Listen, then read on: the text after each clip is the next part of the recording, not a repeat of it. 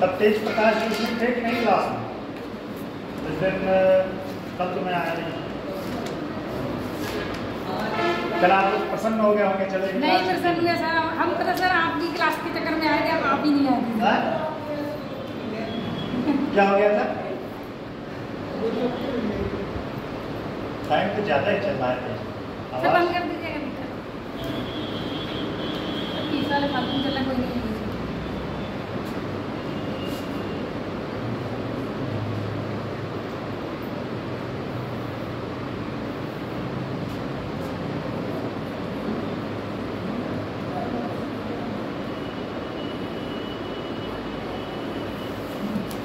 यही चल रहा था। राजकोषी में मैंने बताया था, पहले क्या बताया था? राजकोषी होता क्या है?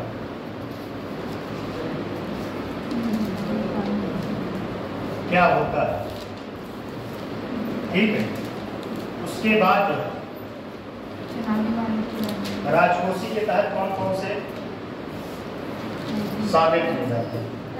राजस्व प्राप्ति,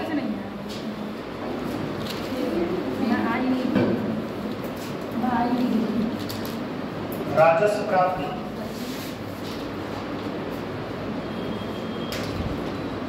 राजस्व व्यय,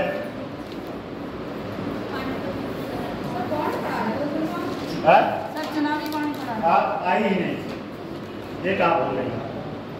एक दिन क्लास में आप नहीं आए, खत्म हो गया था बॉन्ड।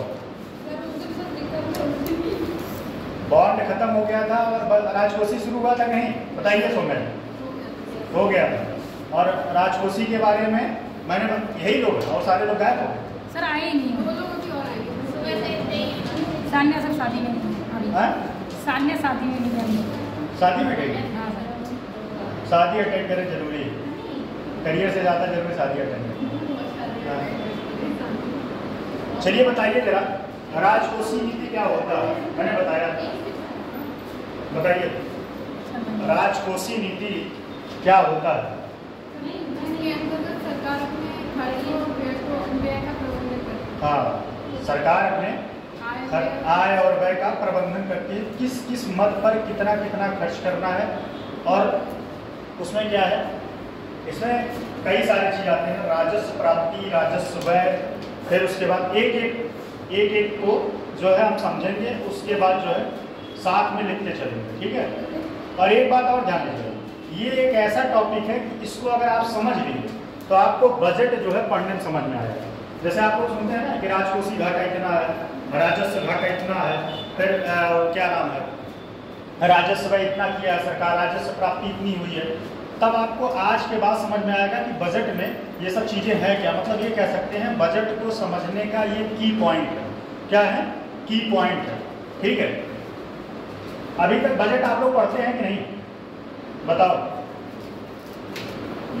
बजट पढ़ते हो तो अगर बजट आप पढ़ते हैं तो समझ में आएगा। कभी आपने बजट पढ़ा? आप बताइए, तेज प्रताप जी, बजट पढ़ा कभी आपने? तो उसमें राजकोषी नीति, राजकोषी व्यय, ये सब चीजें आता था, समझ में आता था? बॉन्ड तो हो चुका था। बॉन्ड में मसाला बॉन्ड क्या होता है, कौन बताएगा? जल्दी बताइए। एंजल, एक मैंने बताया था क्या? एंजल इन्वेस्टर कौन होते हैं? डेफिनेशन भी थोड़ा रटा होता करो, नहीं रटोगे तो काम कैसे चलेगा?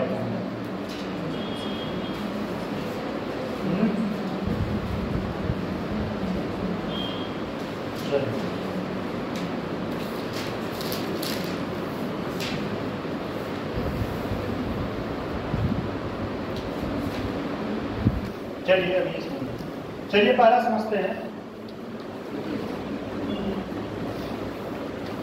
पहले तो मैं थोड़ा सा लिखवाया था ना आप लोगों को, थोड़ा सा लिखवाए थे। कहाँ तक लिखवाए थे? इसी को पॉइंट पूरा कर लीजिए, उसके बाद एक एक पॉइंट करके समझते हैं, ठीक है। इस पॉइंट को बीच में छोड़ दिए, देखिए उसी के आगे कंटिन्यू पैराग्राफ चेंज करते है कि नहीं? जगह इधर उधर बनाना चाहिए। इकोनॉमिक्स का अलग कि उसी में सब खिचड़ी बना देते हो आप, उसी में साइंस टेक भी लिखना शुरू है। आपका अलग है? अलग अलग सही है। आपका भी अलग? सर पहले किया था, जब शुरू में अटेंड की थी, अब तो नहीं सही है। लिखिए आपकी और सिस्टर कहाँ गई है?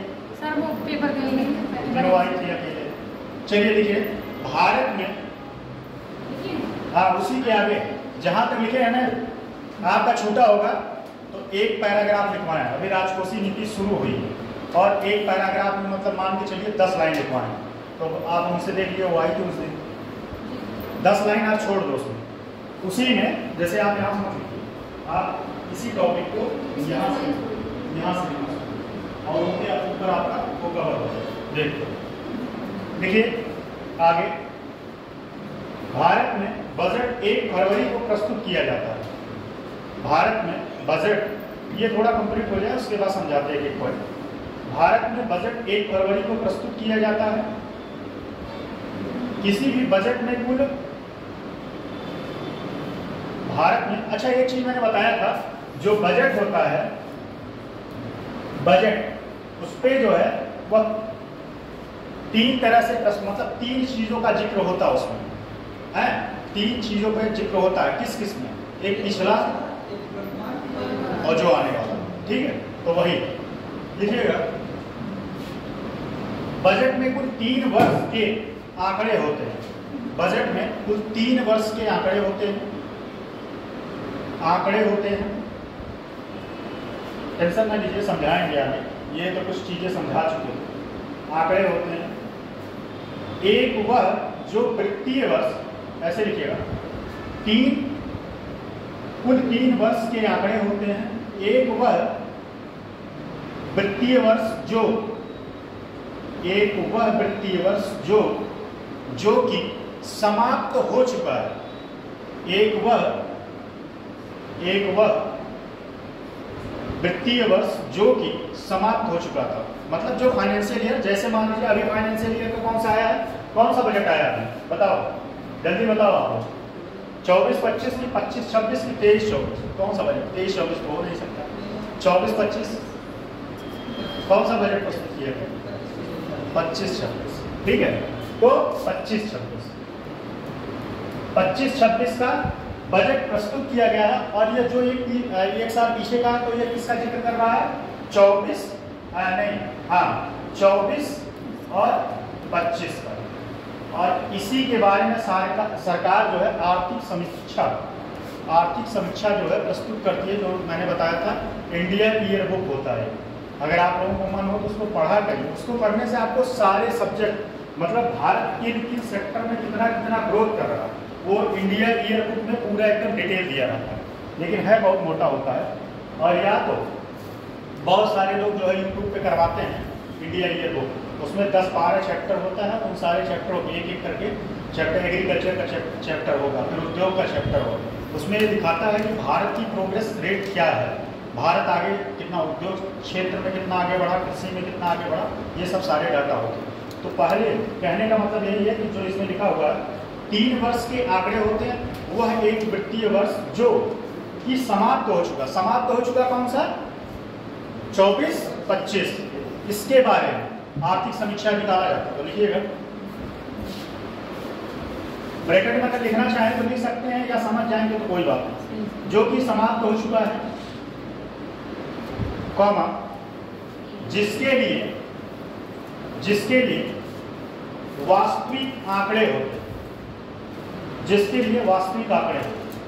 अच्छा एक चीज और मैं पूछना चाहूंगा, जो भविष्य के बारे में पूछता है, बजट के बारे में दिया रहता है, क्या वो वास्तविक आंकड़े होते हैं? बताइए। जैसे सरकार ने 24-25 का बजट प्रस्तुत किया और सरकार कहेगा कि मेरा जीडीपी ग्रोथ इतना रहेगा, तो क्या यह वास्तविक आंकड़ा है कि एक संभावना प्रकट की गई? एक संभावना प्रकट की गई कि हमारा जो है 25-26 के बजट में हमारे देश की जीडीपी इतना ग्रोथ करेगा। बात समझ में? लेकिन 24-25 में क्लियर था, 24-25 में ये पता चल गया आर्थिक समीक्षा करने पे कि भारत की ग्रोथ रेट क्या है। बात समझ में आया कि नहीं? तो कहने का मतलब यह है कि जो पिछला साल होता है उसमें वास्तविक डाटा होता है, और जो सत्र जिसके लिए प्रस्तुत किया जाता है वह संभावित डाटा होता है। ठीक है, तो लिखिएगा, जिसके लिए वास्तविक आंकड़े होते हैं। दूसरा वह वित्तीय वर्ष दूसरा वह वित्तीय वर्ष जो कि आरंभ होने वाला, अब आरंभ होने में कौन सा रहेगा बताओ? आरंभ होने वाला है कौन सा बताइए आप ही लोगों से पूछ रहे हैं।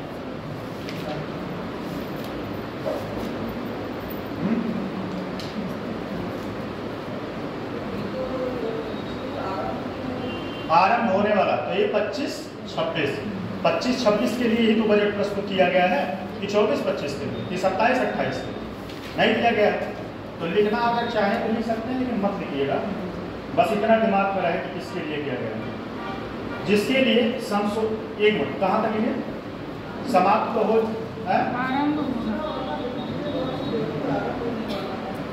एक बार सुन लीजिए। दूसरा वह वित्तीय वर्ष जो कि समाप्त होने वाला है, ठीक है, जिसके यहाँ से सुनिए, एक वित्तीय वर्ष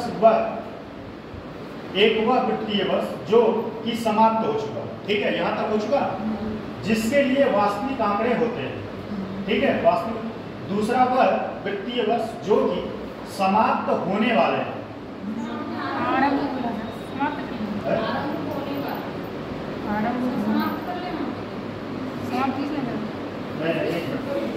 फिर से सुन लीजिए, फिर से एक मिनट इसको करेक्शन कर लीजिए, फिर से सुन लीजिए। एक वह वित्तीय वर्ष, ठीक, जो कि समाप्त हो चुका है, ठीक है, जिसके लिए वास्तविक आंकड़े होते हैं। दूसरा वह वित्तीय वर्ष जो कि समाप्त होने वाले,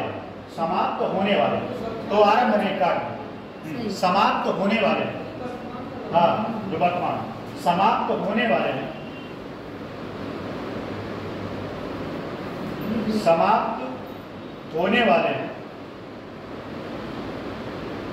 जिसके लिए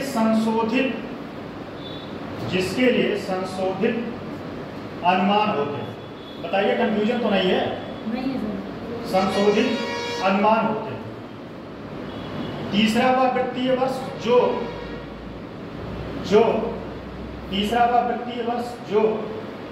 कि आरंभ होने वाला, तीसरा वह वित्तीय वर्ष जो कि आरंभ होने वाला है, जिसके लिए बजट में अनुमान होते हैं,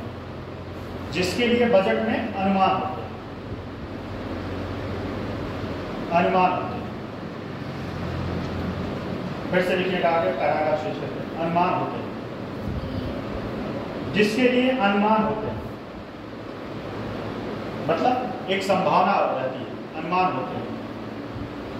बजट के माध्यम से आज थोड़ा सा ये चैप्टर ये है कि आपको थोड़ा फैक्चुअल चीजें ज्यादा मिलेगी, क्योंकि बजट है तो इसमें कॉन्सेप्ट तो आपका है ही है, लेकिन फैक्चुअल चीजें भी मिलेगा थोड़ा कि राजकोषीय घाटा कितना रहा है, ठीक है।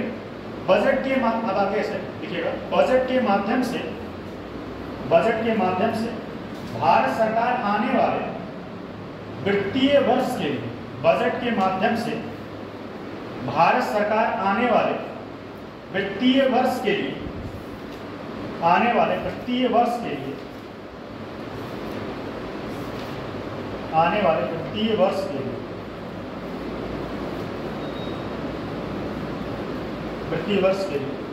संसद से अनुमति प्राप्त करती है, संसद से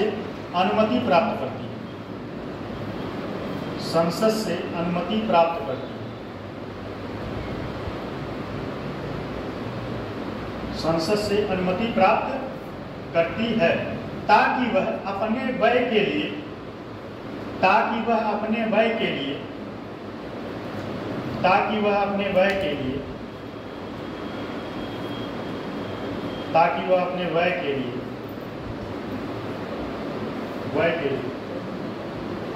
संचित निधि से धन निकाल सके, संचित निधि से धन निकाल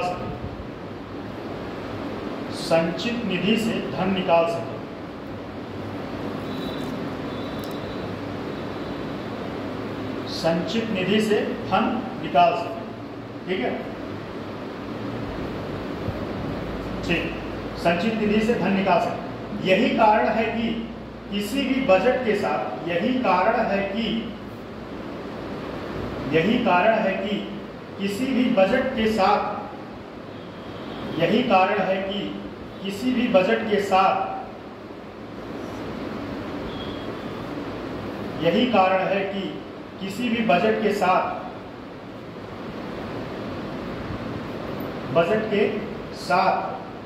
आने वाले वित्तीय वर्ष को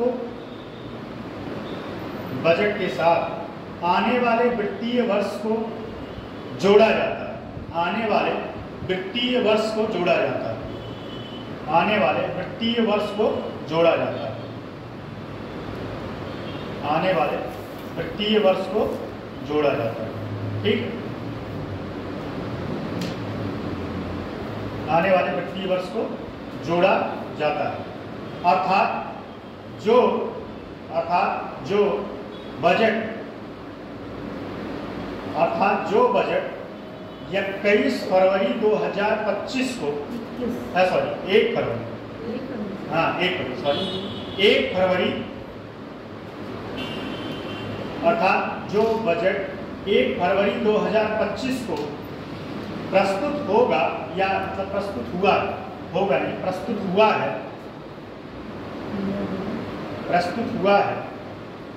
उसे बजट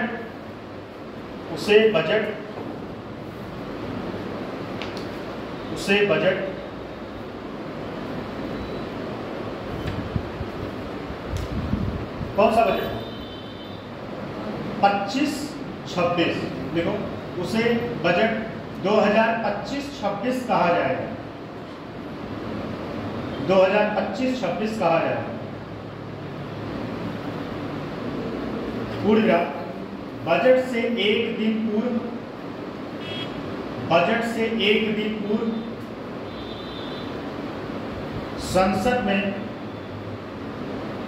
आर्थिक समीक्षा या आर्थिक सर्वेक्षण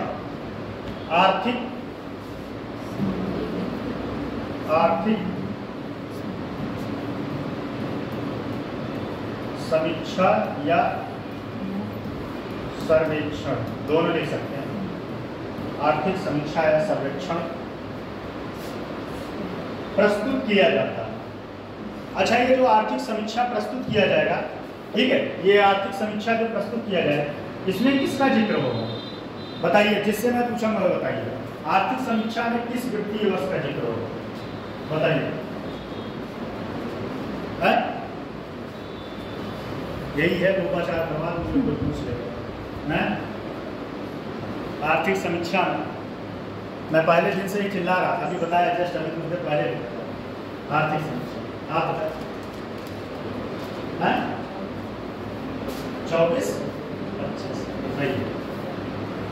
25-26 का तो बजट प्रस्तुत किया गया, ठीक है, 1 फरवरी।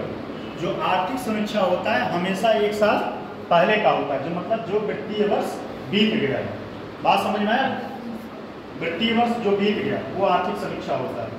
जैसे हर व्यक्ति का कुछ ना कुछ पास्ट होता है कि नहीं?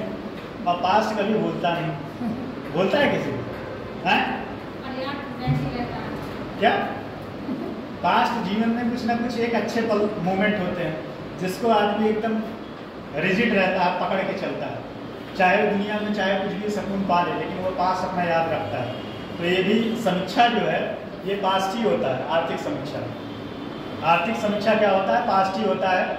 और इसमें एक बात और होता है, इसमें सारे चीज़ क्लियर रहते हैं कि मतलब कोई भी चीज़ अनुमान बेस पे नहीं रहे। जैसे जिसके साथ भी जीवन में कुछ भी घटनाएं पास्ट में हुई तो क्या उसमें कुछ अनुमान था? वो तो फिक्स था कि ये घटना हुई है। तो पास्ट से याद रखिएगा कि आर्थिक समीक्षा वही पास्ट है जो हर व्यक्ति के जीवन में रहा होगा। ठीक है, देखिए प्रस्तुत किया जा सकता है, ठीक है, आर्थिक समीक्षा प्रस्तुत किया जाता है। यहाँ पर कुछ करो, आगे से लिखिएगा, प्रस्तुत किया जाता है। आर्थिक सर्वेक्षण को उस वर्ष के साथ जोड़ा जाता है। आर्थिक सर्वेक्षण को उस वर्ष के साथ, देखो नोट्स इतना सिंपल है, अगर आप नोट्स पढ़ेंगे तो एक एक लाइन आपको समझ में आएगा। आर्थिक सर्वेक्षण को उस वर्ष के साथ जोड़ा जाता है जो कि खत्म होने वाला है, जो कि खत्म होने वाला है। जो कि खत्म होने वाला है। अतः अब यहाँ एक बात समझ लीजिएगा, जो कि खत्म होने वाला है, समझिए। वित्तीय वर्ष कब से कब तक रहता है, कौन बताएगा? चलिए बताइए, वित्तीय वर्ष कब से कब तक होगा? अगर ये नहीं बता पाए तो इकोनॉमिक्स इतना पढ़ाना मेरा बेकार है। अगर आप वित्तीय वर्ष नहीं बता पाए कि वित्तीय वर्ष कब से कब तक, बताइए, जल्दी बताइए।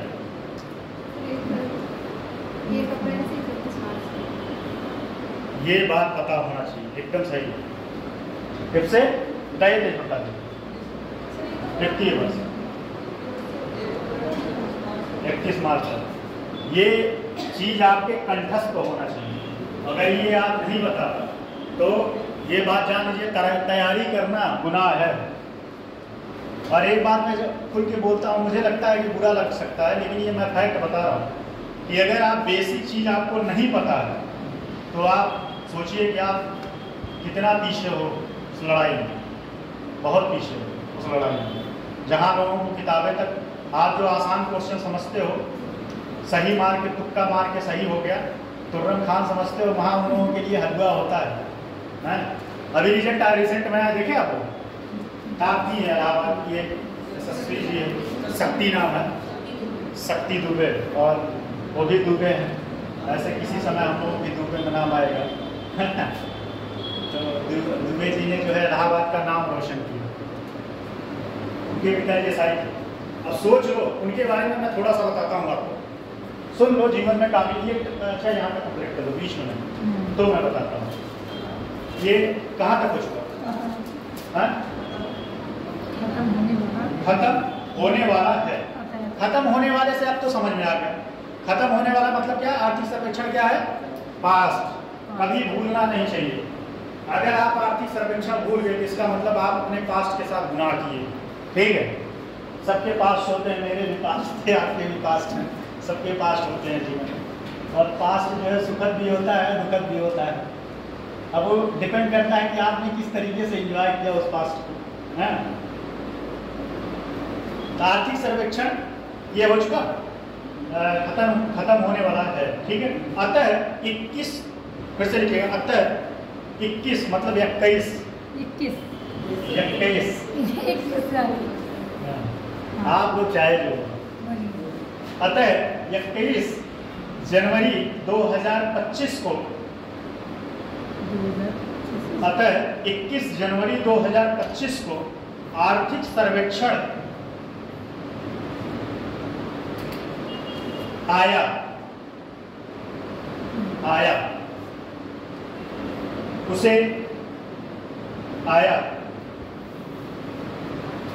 उसे आर्थिक सर्वेक्षण 2024-25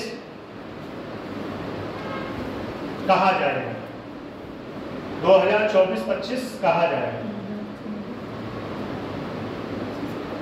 आर्थिक, अब लिखिएगा आर्थिक विवरण, एक मिनट, आर्थिक विवरण काट के लिखिएगा। आर्थिक सर्वेक्षण, विवरण की जगह सर्वेक्षण, देश के वर्तमान आर्थिक सर्वेक्षण, देश के वर्तमान आर्थिक, ब्रैकेट में लिखिएगा दशा का विवरण। सर्वेक्षण देश के वर्तमान आर्थिक दशा का विवरण है। साथ ही इसमें संभावनाओं, समस्याओं, संभावनाओं, एक्सपेक्टेशन, संभावनाओं। अच्छा, एक्सपेक्टेशन से याद आया, जीवन में काम आएगा। अगर आपको जीवन में खुश रहना है तो किसी से उम्मीद मत पालिए। ठीक है, उम्मीद बहुत खराब चीज होता है। अगर आप किसी से उम्मीद पाल लिए तो समझिए आप जीवन में दुख होने के लिए एग्रीमेंट करवा लिए। हाँ, तो इसलिए किसी से उम्मीद मत पालिए, अपना जो कर्तव्य है वो करते रहिए। जिसका जो धर्म होगा वो करेगा, आप अपने धर्म को निभाइए। संभावना, मुझसे भी उम्मीद मत करिएगा कि मैं आपका यूपीएससी क्रैक करा दूँगा। मेरा काम है सिर्फ पढ़ाना आपका काम। हाँ, पीडीएफ दे देंगे। इस बार आपको पूरे इकोनॉमिक्स का पीडीएफ देंगे। लेकिन अभी लिखिए, और एक बात मैं फिर से बता दूँ, वो जो PDF है उसमें जितना मैं डिटेल लिखवा रहा हूँ उसमें डिटेल नहीं है। तो इस वजह से PDF लेने के लिए आप नोट्स बनाते रहिए, एक्स्ट्रा है। क्या हुआ, कोई समस्या? चलिए, साथ ही संभावनाओं और समस्याओं एवं लिखिएगा, संभावनाओं कामा समस्याओं एवं अपेक्षित सुधार को भी प्रस्तुत किया जाता है। अपेक्षित सुधार को भी प्रस्तुत किया जाता है। हो गया? अब सुनिए, इस बार UPSC के रिजल्ट में बहुत ही कुछ प्रेरणा स्रोत स्टोरी है कुछ लोगों की, जिन्होंने, जैसे कि एक व्यक्ति हैं, उनका नाम मैं थोड़ा सा ख्याल नहीं कर पा रहा, वो पूर्णतः जो है ब्लाइंड, उनको दिखाई नहीं देता। इंटर के बाद से ही धीरे धीरे उनके आँख की रोशनी कम होने लगी। एक प्रताप जी, आप सो रहे हैं क्या? सुनने में मजा नहीं है? नहीं, आप सर नीचे कर दीजिए। वो पूर्णतः, इससे आप लोगों को ये सीख मिलना चाहिए कि सोचो आपके भगवान दोनों हाथ, पैर, आँख, नाक, कान सब सही सलामत दिए, उसके बाद अगर आप हिम्मत हार लो तो आप जो है चुल्लू भर पानी लेके उसमें अपने नाक को डुबो, तब तक डुबोएं जब तक आपका प्राण न चले। ठीक है? जब कोई व्यक्ति, अंधा व्यक्ति, मतलब ब्लाइंड व्यक्ति, दिव्यांग व्यक्ति, और ये कर सकता है, तो आपको तो भगवान एकदम कंप्लीट है। आपके अंदर अपार क्षमता, बस ये है कि उस क्षमता को आप उजागर करिए, अपने पूरे पोटेंशियल को लगा दीजिए, झोंक दीजिए, जो होगा देखा जाएगा। और कभी भी रिजल्ट का टेंशन लेके पढ़ाई मत करो। जीवन में कभी भी पढ़ाई करो तो रिजल्ट को लेके पढ़ाई मत करो कि यार इस बार मेरा नहीं होगा तो क्या होगा। बस आप अपना 100% देने का प्रयास करो, जो होगा देखा जाएगा। हम अपना एक रूटीन बनाएंगे, उस रूटीन को 100% फॉलो करने का प्रयास करेंगे। अगर हम एग्जाम नहीं क्लियर कर पाए, मुझे ये दुख नहीं रहेगा कि हमने अपना 100% नहीं किया। ठीक, तो इस बार जो टॉपर है शक्ति दुबे, वह 3 अटेम्प्ट, सोच लो उनका प्रीलिम्स नहीं हुआ, सोच लो आप 3 अटेम्प्ट तक उनका प्रीलिम्स नहीं हुआ। चौथे अटेम्प्ट में वो जो है इंटरव्यू तक गई और 12 मार्क्स से रुक गया, और 5वें अटेम्प्ट में ऑल इंडिया रैंक पहुंचे। सोच लो। एक और व्यक्ति हैं, एक आकाश नाम है, आकाश, उत्तराखंड के। अब उनके बारे में तो और जबरदस्त है, वो जो है 4 अटेम्प्ट तक उनका प्रीलिम्स नहीं हुआ, 4 अटेम्प्ट उनका प्रीलिम्स नहीं क्लियर हुआ, और 3 अटेम्प्ट उनका प्रीलिम्स क्लियर नहीं हुआ, और चौथे अटेम्प्ट में उस व्यक्ति ने फाइनल सिलेक्शन लिया, और IPS पोस्ट के साथ।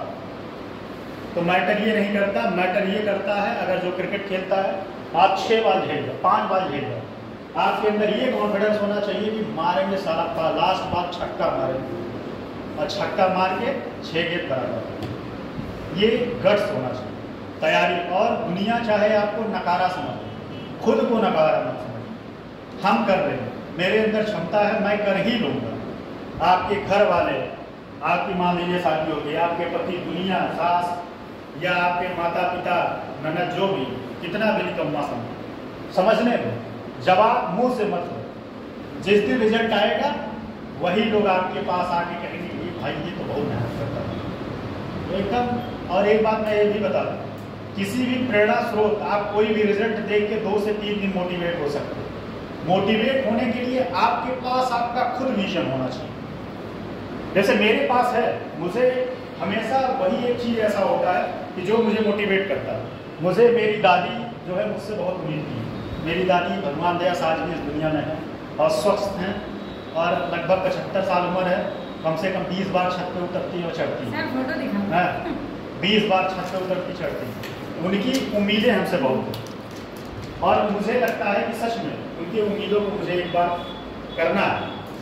आप लोग के भी जीवन में कुछ ना कुछ, कोई ना कोई व्यक्ति, हर व्यक्ति के जीवन में माता पिता, भाई बहन कोई है, उसके चेहरा को आप देखिए। मन करे तो अपने टेबल स्टडी पे फोटो लगा दो, जो आपका स्टडी टेबल है वहाँ पे फोटो लगा दो, कि आपके लिए तो और भी। इसलिए आप अगर यहाँ पे आ रहे हैं, कोई ना कोई सपोर्ट कर रहा है, तब आप यहाँ बैठ पा रहे हैं। नो डाउट, कोई ना कोई सपोर्ट कर रहा है तो आप इस क्लासरूम में बैठ पा रहे हैं। अदरवाइज बहुत सारे लोग ऐसे हैं कि उस 4 दीवारी के अंदर जीवन खत्म हो जाता है। तो अगर आपके अंदर, मैं थोड़ा बोल देता हूँ, फिलॉसफी झाड़ देता हूँ, मैं सोचता हूँ जीवन में कभी काम आएगा। जब मेरा किताब आएगा तो मेरी किताब में यही सब बातें और मेरे जीवन का जितनी भी गलतियाँ हैं शायद जो मैंने किया वो कोई और ना करे। ऐसा नहीं कि मैं बहुत लपंडू टाइप का था, ऐसा नहीं। पढ़ने में मैं शुरू से ही बहुत सीरियस पर्सनैलिटी था जीवन में, लेकिन कुछ ना कुछ तो हर कोई गलती करता, मैं भी किया। ठीक है, तो ये आपका हो चुका। अब आते हैं कुछ चीज़ों के बारे में समझते हैं। ठीक है, देखो सरकार की प्राप्तियां 2 तरीके से होता है। एक होता है राजस्व प्राप्तियां, एक होता है पूंजीगत प्राप्तियां। ठीक है, सरकार की प्राप्तियां जो है, सरकार की प्राप्तियां, इसको समझेंगे तब उसके बाद में। सरकार की प्राप्तियां, सरकार की प्राप्तियां जो है 2 तरीके से होता है। कौन कौन सा है? एक होता है राजस्व प्राप्ति, एक होता है राजस्व प्राप्ति, एक होता है पूंजीगत प्राप्ति। एक होता है राजस्व प्राप्ति, एक होता है पूंजीगत प्राप्ति। ठीक, अब देखिएगा, आप बात समझिए, राजस्व प्राप्ति क्या होता है, पूंजीगत प्राप्ति क्या होता है। जैसा कि आपको पता होगा, राजस्व प्राप्ति सरकार के विभिन्न टैक्सों के माध्यम से जो पैसा आता है वह राजस्व प्राप्ति होता है। किससे आता है? टैक्स और विभिन्न मदों से जो सरकार को पैसा मिलता है वह राजस्व प्राप्ति होता है। राजस्व प्राप्ति में एक बात और होता है, सरकार के ऊपर कोई देय नहीं होता। सरकार के ऊपर कोई देय नहीं होता। अगर किसी से वो टैक्स ले रहा है तो उसके बदले में उसको ब्याज नहीं देना पड़ेगा। बात समझ रहे हैं? उसको ब्याज नहीं देना पड़ेगा, कोई देय नहीं होता। अब आपको समझ में आएगा जब आप बजट पढ़ेंगे ना, बजट का मैं पीडीएफ दे दूंगा, बजट पढ़ाऊंगा नहीं, बजट मेरे पास है, पीडीएफ दे दूंगा, तब आपको समझ में आएगा कि राजस्व प्राप्ति क्या है, राजस्व व्यय क्या है। तो सिंपल सी बात है, राजस्व प्राप्ति वह प्राप्ति होता है कि जिसपे सरकार को कोई देय नहीं होता, मतलब कोई उधारी नहीं होता, वह सरकार का हक है। अगर आप ज्यादा पैसा कमाते हैं, अगर आप सरकार को टैक्स नहीं देते हैं तो क्या होगा? सरकार आपके ऊपर कार्रवाई कर सकता है। अच्छा ये बताओ, कभी आपने सोचा सरकार टैक्स की लेता क्यों? सरकार क्यों टैक्स लेता है? कभी आपने सोचा क्यों लेता है टैक्स? क्या कर रही है सरकार? क्यों टैक्स लेता? अपना सूट पैंट सिलवाने के लिए तो लेगा नहीं, पिज्जा खाने के लिए लेगा नहीं, देश के कल्याणकारी योजनाओं के लिए लेगा। ये जो आप इंफ्रास्ट्रक्चर देख रहे हैं, जो सड़क देख रहे हैं, जो अस्पताल देख रहे हैं, जो गरीब 1 रुपये में दवा पा रहे हैं, ये सब पैसे जो है, या किसी एम्प्लॉय को जो सैलरी दिया जाता है, ये सब क्या होता है? ये राजस्व प्राप्ति के माध्यम से जो पैसा आता है वही पैसा इन सब में डिस्ट्रीब्यूट किया जाता है। ठीक है, सरकार चाहता है और कि हमारे देश के व्यक्ति या कोई मतलब समाज अच्छे से सर्वाइव कर पाए। आपको अच्छी हेल्थ सुविधा मिलेगी तो आप क्या बन पाएंगे? एक अच्छे ह्यूमन रिसोर्स बन पाएंगे। अगर आपको अच्छी हेल्थ सुविधा नहीं मिली तो क्या आप ह्यूमन रिसोर्स बन पाएंगे? दोनों लोग कहाँ गए कल? कल आपको नहीं आए आपको कैसे बताइए? कर लेंगे मुझे पता है। ठीक है, तो लिखिएगा थोड़ा सा इसमें राजस्व प्राप्ति पहले बताओ, समझ में आएगी? अपनी संपत्ति पे मैंने यही बात बोला कि जो राजस्व प्राप्ति होता है, सरकार आपसे लेता है टैक्स। ठीक है, सरकार आपसे टैक्स इसलिए लेता है कि उस पैसे का वो समाज कल्याण में खर्च करेगा।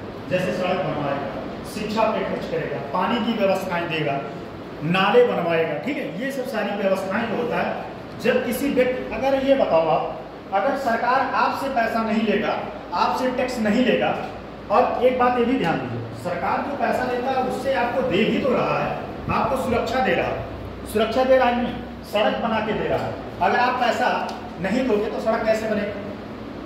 सड़क कैसे बनेगा? सुरक्षा कैसे मिलेगी? अब जो एम्प्लॉई हैं, जो पुलिस वाले ड्यूटी कर रहे हैं, उनकी सैलरी कहाँ से आएगी? भाई आप लोग नहीं देंगे, सरकार अपने लिए तो रखा नहीं है कि नहीं हमारा आके आप जो है हवेली कोठी रखाइए, वो आप ही लोगों के तो लिए किया है। तो बात समझ में आए कि नहीं? कोई डाउट? लेकिन पूंजीगत प्राप्ति क्या होता है फिर से समझिए। अब राजस्व प्राप्ति लिख लीजिए, एक साथ लिखते चलते हैं, समझते चले लिखते चले। राजस्व प्राप्ति सरकार के वैसे व्यय होते हैं जो न तो सरकार के ऊपर किसी प्रकार की राजस्व प्राप्ति, आपको समझ में आएगी नहीं? आपका नाम मैं भूल जाता हूँ, आपका नाम क्या है? प्रियंका, मुझे याद है, जो कि ग्रुप में मैं देखता हूँ। आपको समझ में आया नहीं? समझ में आया राजस्व प्राप्ति? ठीक है, देखिएगा। राजस्व प्राप्ति सरकार के ऐसे व्यय होते हैं जो न तो सरकार के ऊपर किसी प्रकार की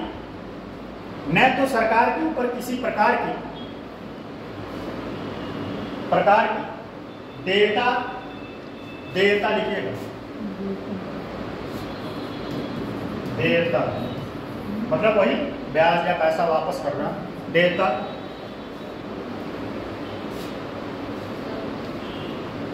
ना तो सरकार के ऊपर किसी प्रकार की देयता अर्थात ऋण को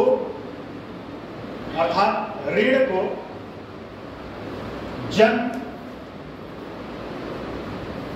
दे और न ही अर्थात ऋण को जन्म दे और न ही अर्थात ऋण को जन्म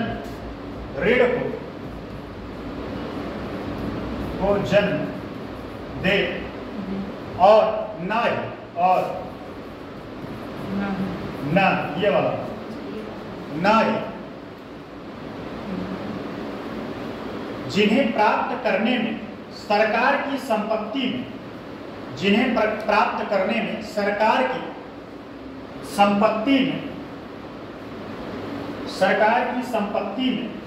किसी प्रकार की कमी उत्पन्न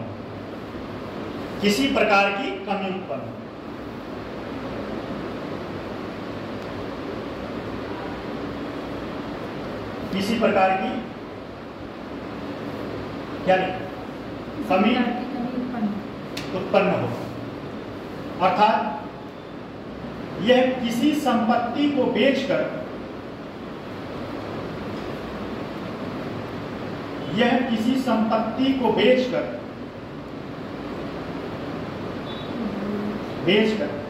प्राप्त नहीं हो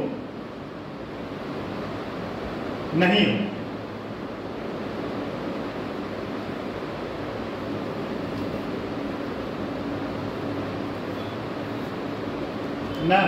अगले पैराग्राफ से, राजस्व प्राप्तियों के निम्नलिखित मतलब ऐसे लिखिए, राजस्व प्राप्तियों में निम्न को शामिल किया जाता है। राजस्व प्राप्तियों में निम्न को शामिल किया जाता है। पहला पॉइंट इसमें लिखिएगा,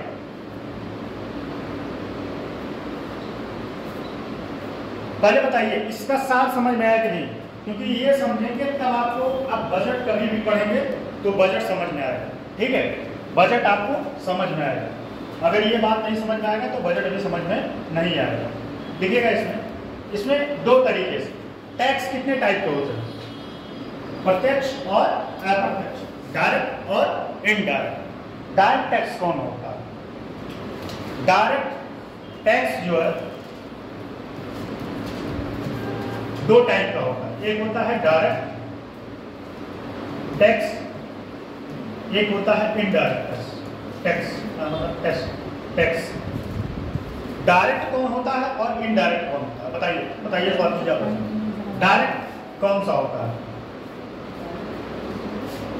आपसे नहीं पूछे, जिससे पूछे वो बताइए डायरेक्ट टैक्स क्या होता है? कोई एग्जांपल होता है? आप बताइए डायरेक्ट टैक्स। सर जैसे कोई चीज खरीदते, देखो डायरेक्ट टैक्स ऐसा होता है जो आप किसी दूसरे पर ट्रांसफर नहीं कर सकते। समझ में आएगी? वह जिसके ऊपर लगेगा उसी को देना पड़ेगा। जैसे संपत्ति टैक्स लगा, संपत्ति कर या निगम संपत्ति कर, तो आप किसी को और दे सकते हैं। संपत्ति आपका है, टैक्स भी आपको देना पड़ेगा। समझ में? इनडायरेक्ट टैक्स क्या होता है? जो टैक्स ऐसा हो जो आप किसी दूसरे के ऊपर ट्रांसफर कर पाओ, ठीक है, वो इनडायरेक्ट टैक्स होता है। बात समझ में आ रही है? ये टैक्स वाला चैप्टर है, जब वहाँ टैक्स आएगा तो उसमें मैं डायरेक्ट और इनडायरेक्ट और प्रोग्रेसिव कौन से टैक्स होते हैं, प्रतिगामी टैक्स कौन से होते हैं, वो मैं बताऊंगा। बस इतना समझिए, डायरेक्ट टैक्स क्या होता है आप ट्रांसफर नहीं कर सकते, आपको स्वयं वहन करना पड़ेगा। इनडायरेक्ट टैक्स में आप किसी दूसरे के ऊपर ट्रांसफर कर सकते हैं। लिखिएगा इसमें पहला पॉइंट, प्रत्यक्ष और अप्रत्यक्ष। पहला पॉइंट, प्रत्यक्ष डायरेक्ट और इनडायरेक्ट कर, डायरेक्ट और इनडायरेक्ट कर से प्राप्त होने वाला, डायरेक्ट और इनडायरेक्ट कर से प्राप्त होने वाला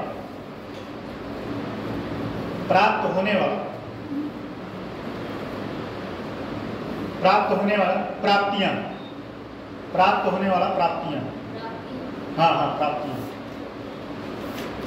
प्राप्त होने वाला प्राप्तियां, ठीक ठीक, प्राप्त होने वाला प्राप्तियां। दूसरा पॉइंट इसमें लिखिएगा, दिए गए ऋण पर ब्याज की प्राप्ति, दिए गए ऋण पर ब्याज की प्राप्ति, दिए गए ऋण पर ब्याज की प्राप्ति। तीसरा पॉइंट, जुर्माना। क्या इन सब पे सरकार को कुछ देना पड़ रहा है? सरकार को मिल रहा है, लाभ हो रहा है, ठीक है, जुर्माना। अगला है, अगला लिखिएगा संचार, अगला लिखिएगा संचार कौमा परिवहन कौमा विद्युत आपूर्ति। अगला पॉइंट है संचार, परिवहन, विद्युत आपूर्ति, जल आपूर्ति, जल आपूर्ति, जल आपूर्ति। फिर अगला इन सब से प्राप्त होता है, ठीक है, प्राप्ति प्राप्ति बाद में लिखते जाइएगा। अगला पॉइंट है सरकार, एक मिनट, यदि सरकार कोई संपत्ति, ऐसे लिखे, अगला पॉइंट, यदि सरकार कोई संपत्ति किराए पर दे, संपत्ति, अब इसका एग्जाम्पल समझिएगा। सरकार अभी हाल ही में रिसेंट में आप लोगों ने बहुत सुना होगा कि सरकार बहुत सारी संपत्ति अडानी ग्रुप को लीज पर दे रही है, सुने थे नहीं? बस सेम वही, संपत्ति को जब लीज पे या किराए पे देगा तो उसके बदले में सरकार को क्या मिलेगा? किराया मिलेगा, लेकिन वह संपत्ति उसी का। इसका और एग्जांपल बताएं, जैसे आप मान लीजिए कहीं रेंट लेते हैं किराए पे मकान मालिक से, अब क्या मकान मालिक का घर लेके तो आप जाएंगे नहीं कहीं वो क्या है, उससे आपको रहने के लिए दे दिया, अब आप क्या है हर महीने उसको किराया भर रहे हैं, हर महीने किराया भर, क्या उस मकान मालिक के घर में कोई क्षति हो रहा है? उसको सिर्फ पैसा मिल रहा है, और उसका कभी क्या करेगा, 2-4-10 साल में कभी पेंट करा दिया तो करा दिया, बाकी सारा चीज उसका सेफ है। बिजली बिल आपसे ले रहा है, झाड़ू पोछा उसके रूम में अलग से कर रहे हो आप, ठीक है, साफ सफाई अलग से सजा के रखे हो, और उसको हर महीना उसके बाद भी पैसा दे रहे हो, तो सब उसमें उसकी कोई देय है? कोई देय नहीं। तो ये हो गया, लिखिएगा, यदि सरकार कोई संपत्ति किराए पर दे दे तो किराए के रूप में होने वाली प्राप्तियां, किराए के रूप में होने वाली प्राप्तियां, किराए के रूप में होने वाली प्राप्तियां। अगला है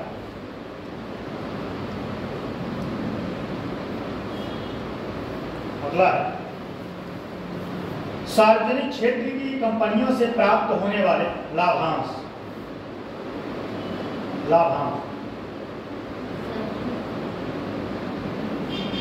सार्वजनिक क्षेत्र की कंपनियों से प्राप्त होने वाले लाभांश।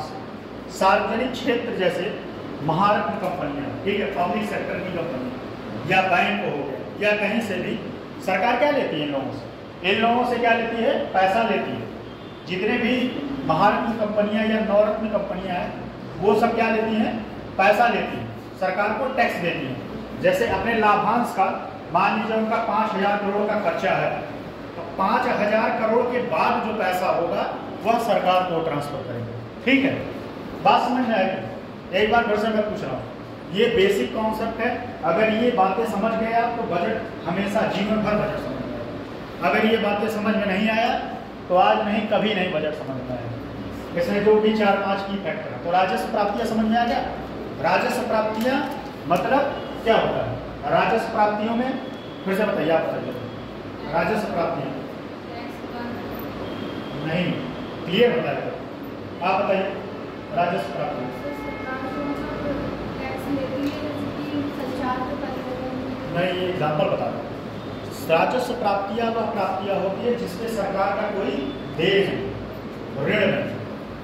बस 2 लाइन का है, ये तो मैंने एग्जाम्पल बताया कि सरकार किन किन से पैसा पाती है। ठीक है, समझ में आ गया। अब अगला है पूंजीगत प्राप्ति। देखो पूंजीगत प्राप्ति क्या है। पूंजीगत प्राप्ति यह एक ऐसी संपत्ति होती है, या कह सकते हैं पूंजीगत प्राप्ति वह प्राप्ति होती है जो सरकार के ऊपर देय होता है। क्या होता है, वहां पे देय नहीं था, देय मतलब ऋण नहीं था, लेकिन यहाँ पे क्या है, ऋण होगा। इसमें क्या होगा, ऋण होगा। बात समझ रहे हैं, फिर से समझिए। राजस्व दोनों में अंतर, नहीं तो पता चले मर्ज कर दो और उसके बाद क्या हो जाए, लोबाचार है। मतलब यहाँ पे सरकार का कोई देय नहीं होता, लेकिन यहाँ पे सरकार का देय होता है। पूंजी से ही संबंधित बात है। आप ऐसे समझिएगा, सिंपल एग्जाम्पल। आप किसी से पैसा लेते हो तो पैसा देना पड़ता है, नहीं देना पड़ता है। भाई पैसा आप उधारी लिए, तो पैसा उधारी लिए तो बदले में उसको जो है पैसा देना ही पड़ेगा, और हो सकता है वो आपसे ब्याज भी मांगे। अब आपकी ज़रूरत जैसे है, मान लीजिए आपको बहुत ज़्यादा ज़रूरत है पैसा, 10,000 रुपये ज़रूरत है किसी चीज़ के लिए, और उस टाइम आप अपने दोस्त के पास गए और दोस्त से कहे भाई 10,000 रुपये दे दो। अब मजबूरी है आपका, वो भी आपकी मजबूरी फ़ायदा उठा रहा है, बोला भाई 10,000 तो दे देंगे हम, उसमें हमें देने में कोई दिक्कत नहीं, लेकिन हमको 12,000 रुपये चाहिए। अब आपकी मजबूरी है कि भाई पैसा आपको अर्जेंट चाहिए, तो आप क्या करेंगे, हाँ भाई ठीक है 10,000 तो हम 12,000 देंगे। तो क्या होगा, इसमें क्या होता है, देय होता है। जैसे सरकार विभिन्न मदों से या बाहरी या कहीं मतलब बाहर देशों से जो भी पैसा, अभी इसका और एग्जाम्पल बताएं। भारत जो है मेट्रो वो बना रहा है, क्या बना रहा है, बुलेट ट्रेन। क्या बना रहा है, बुलेट ट्रेन बना रहा है। और वह बुलेट ट्रेन बनाने के लिए सरकार किससे ऋण का समझौता किया, किससे पैसे की समझौता किया, बता सकते हैं? और या कह सकते हैं कौन उसमें सहायता कर रहा है बुलेट ट्रेन बनाने में? भारत, जापान। और जापान से लगभग 96,000 करोड़ रुपए ऋण दिया। जापान को दिया 96,000 करोड़ रुपए। और कितने पे ऋण दिया है, शायद 0.1%। चेक कर लेना, क्लियर डाटा नहीं है, बाद में पता चले कहीं आप गूगल कर लिए हमें पकड़ लिया, सर आपने गलत बताया, तो गूगल कर लेना। 1% या 0.1% के आसपास का वो दिया है ब्याज की सरकार को। तब ये क्या है, दे है, लेकिन इससे फायदा है। सरकार मान लो किसी से पैसा उधार लेके, और मैं आपको समझाऊं, सरकार को छोड़ के मैं आपसे समझा रहा हूँ। कोई व्यक्ति जब संपत्ति क्रिएट करता है, मान लीजिए आप नौकरी पाओ, अब आपको घर बनाना है अपना, आप क्या करेंगे, किसी बैंक से या किसी व्यक्ति से पैसा उधार लेंगे। किसी व्यक्ति या बैंक से पैसा उधार लेके पहले ज़मीन लेंगे, फिर उसके बाद घर बनवाएंगे और धीरे धीरे उसका पैसा चुका देंगे। लेकिन बाद में वह संपत्ति आपकी हो जाएगी। बात समझ में आएगी नहीं? बाद में वह संपत्ति आपकी हो जाएगी और आप चाहें तो उस संपत्ति से पैसा भी कमा सकते हैं। कैसे कमा सकते हैं? आप उसको रेंट पे देके, या फिर कभी मान लीजिए जीवन में समस्या खड़ा हो गया, आप उसको बेच सकते हैं तो भी पैसा आएगा। समझ में? तो सरकार अगर मेट्रो बुलेट ट्रेन के लिए सरकार पैसा दे रही है, तो बुलेट ट्रेन बनने के बाद सरकार का इनकम होगा कि नहीं उससे, और बहुत सालों तक पूंजीगत प्राप्तियां समझ में आएगी। यही पूरा कॉन्सेप्ट है। मैं कॉन्सेप्ट को तोड़ मरोड़ के बताता हूँ आसान शब्दों में, आपके भेजे में घुस जाए बस। तो कितना घुसता है ये तो आप लोग जाने, घुसता है कि नहीं बताओ ईमानदारी है? आप लोगों को समझ में आता है? आपको आपका चेहरा मैं देखता हूँ एकदम टेंशन में रहता है, कोई जीवन में समस्या है? तब मस्त रहो एकदम, क्लास में एकदम मस्त होके पढ़ो।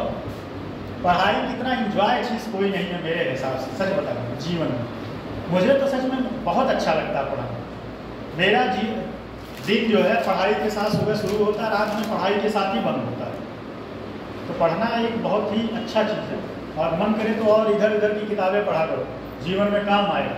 टेंशन को आप जो है अपने क्या कर पाओगे, मैनेज कर पाओगे। और इथिक्स पढ़ रहे हो कि आप लोग अभी पढ़ाई की नहीं सर, इमोशनल इंटेलिजेंस को कैसे आप जो है कंट्रोल कर सकते हैं, अभी नहीं चला। उस टॉपिक को कोई लोग छोड़ना ना, है। इमोशनल इंटेलिजेंस उसमें एक टॉपिक एथिक्स है, पढ़ा दी, समझ में आया कुछ? क्या समझ? अगर उसको नहीं समझ में आया तब उस टॉपिक को पढ़ने का कोई मतलब नहीं। उस टॉपिक को पढ़ने का एथिक्स समझ में आता है, बहुत इंटरेस्टिंग सब्जेक्ट है, बहुत मजा आता हो एथिक्स। और एक बात और बता, एथिक्स में कुछ भी फैक्ट नहीं, कुछ भी फैक्ट नहीं, सारा खेल कॉन्सेप्ट का है, कॉन्सेप्ट प्लस एग्जाम्पल। चलिए लिखिए, पूंजीगत प्राप्ति समझ में आ गया नहीं? लिखिएगा, पूंजीगत प्राप्तियां, सरकार की हर वह प्राप्तियां जो सरकार के ऊपर किसी भी प्रकार से देता हो। सरकार पूंजीगत प्राप्तियां, ये हेडिंग है। अब इसमें लिखिएगा, सरकार की हर वह प्राप्तियां जो कि सरकार के ऊपर किसी भी प्रकार का अब क्या होगा, किसी भी प्रकार का देय होगा कि नहीं होगा, बताओ जल्दी। हाँ, सरकार के ऊपर किसी भी प्रकार का देयता लिखिएगा, देवता लिख लीजिए, नहीं तो फिर लोपाचार हो जाएगा। देवता नहीं, पता चले देवता लिख के बैठ गए, सरकार के ऊपर देवता होगा।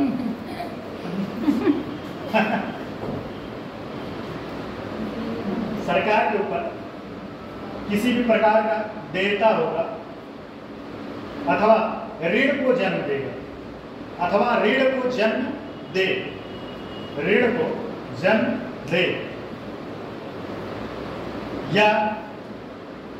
या इस प्राप्ति के कारण सरकार की संपत्ति में किसी भी प्रकार की या इस प्राप्ति के कारण सरकार की संपत्ति में किसी भी प्रकार की कमी उत्पन्न हो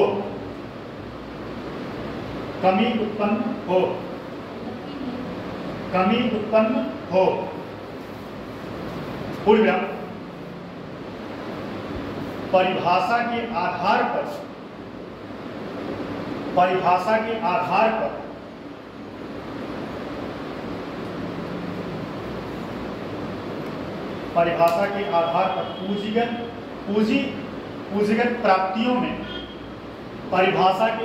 पर पूंजीगत प्राप्तियों में निम्नलिखित को सम्मिलित किया जाता है। थोड़ा पानी मांगते हैं। निम्नलिखित को सम्मिलित किया जाता है।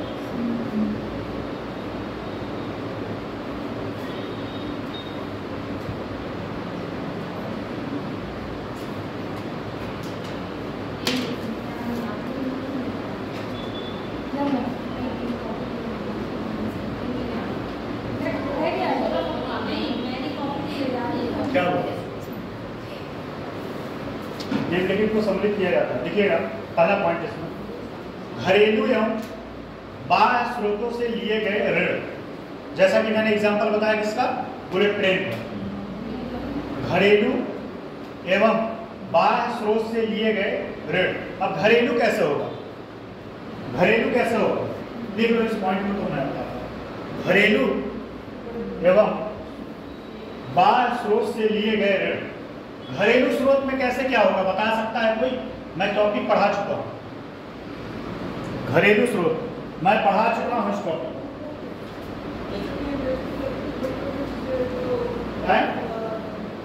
ऋण की बात हो रही है। हाँ, घरेलू में बाह्य स्रोत तो मान लो किसी दूसरे देश से लेगा, लेकिन घरेलू स्रोत से वो कैसे पैसे को ऋण के तौर पे कैसे ले सकता है? आरबीआई को मैंने बॉन्ड पढ़ाया था, किस लिए पढ़ाया था? कम से कम वो कुछ चीजें आपको पता हो। ट्रेजरी बिल पढ़ाया था नहीं? ये सब सारे स्रोत होते हैं सरकार को पैसा इकट्ठा करने का, और उसके बदले में सरकार को क्या देना पड़ता है? ब्याज देना पड़ता है। बात समझ में आ रहा है कि नहीं? सारा इकोनॉमिक्स का सारा टॉपिक एक दूसरे से इंटरलिंक है। अगर एक टॉपिक आप छोड़े, दूसरा टॉपिक आपको रफो चक्कर समझ में नहीं आने वाला। पता चले आप मॉनेटरी पॉलिसी छोड़ दिए तो बैंकिंग समझ में नहीं आएगा, इन्फ्लेशन छोड़ दिए तो आपको जो है मॉनेटरी पॉलिसी नहीं समझ में आएगा।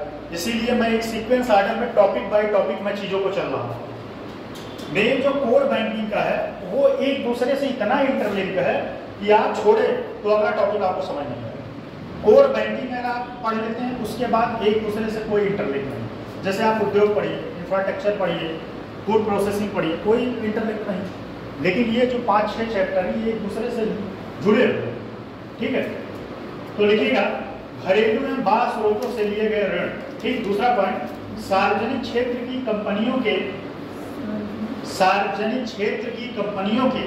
निजीकरण एवं सार्वजनिक क्षेत्र के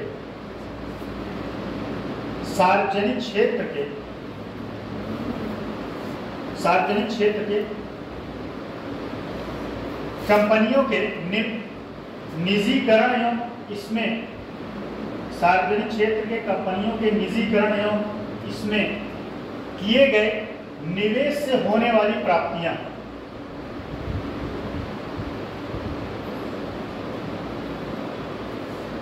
अब सार्वजनिक क्षेत्र के कंपनियों के निजीकरण लिख लिए, सार्वजनिक क्षेत्र के कंपनियों के निजीकरण एवं इसमें किए गए निवेश से होने वाली प्राप्तियां। अच्छा ये बताओ ओवरऑल आप लोगों का कितना सब्जेक्ट कंप्लीट हो गया कि हाँ लगे कि हाँ थोड़ा सा लड़ाई में है।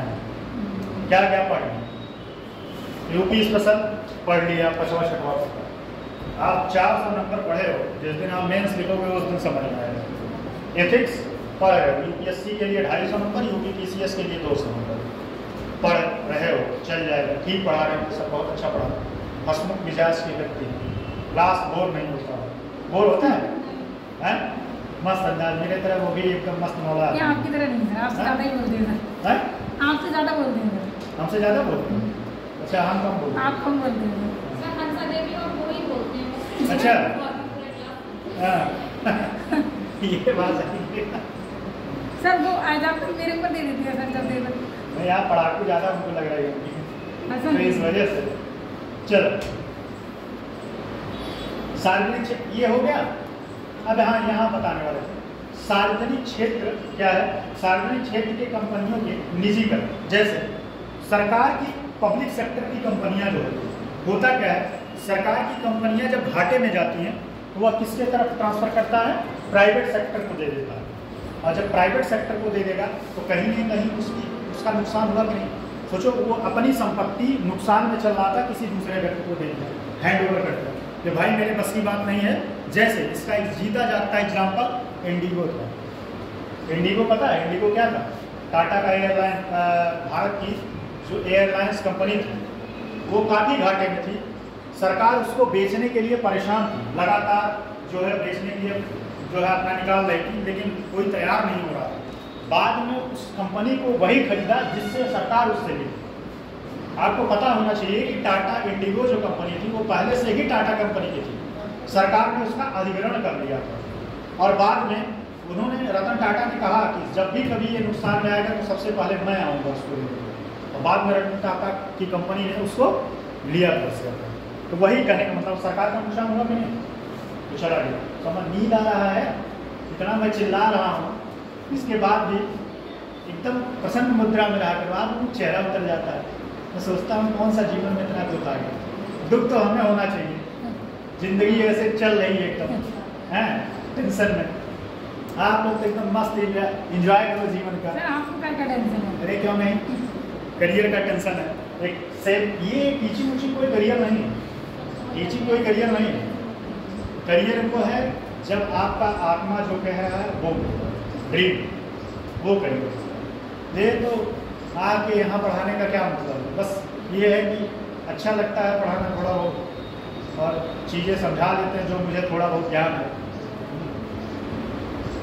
अगला है भूमि भव उड़ना। अगला पॉइंट बहुत नहीं आता लेकिन थोड़ा बहुत जो भी आता है। हाँ बोलिए, छूट गया आपका? हाँ तीसरा पॉइंट इतना आता है कि आप लोगों समझा दूंगा बस, और बहुत ज़्यादा क्या जरूरत है ज्ञान। आप अच्छा पढ़ाते हैं। लिखिएगा भूमि कॉमा भूमि कामा भवन, भूमि भवन एवं अन्य किसी प्रकार की संपत्तियों को बेचकर होने वाली प्राप्तियां, होने वाली प्राप्तियां।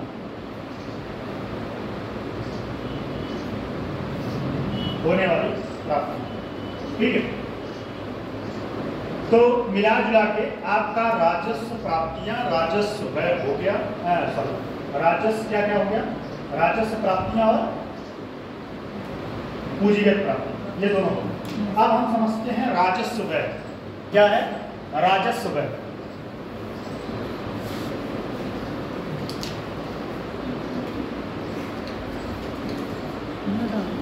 राजस्व व्यय इसमें भी दो होगा, इसमें राजस्व व्यय और पूंजीगत व्यय दोनों होगा। पहला होगा राजस्व व्यय और दूसरा होगा पूंजीगत व्यय। पूंजीगत व्यय पहले एक बात को समझते हैं, उसके बाद हम लिख लेंगे। राजस्व व्यय क्या हो सकता है, कौन बता सकता है? राजस्व व्यय क्या होता है?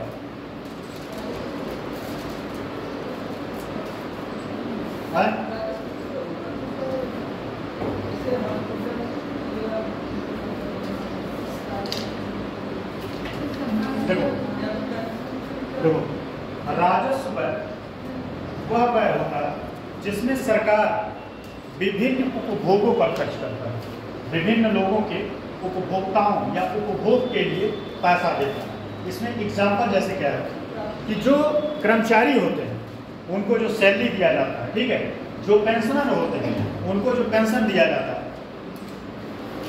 फिर से समझिएगा, राजस्व व्यय सरकार के वे व्यय होते हैं जो उपभोग के उद्देश्य से किए जाते हैं। किसके उद्देश्य? उपभोग के उद्देश्य, उपभोग के उद्देश्य।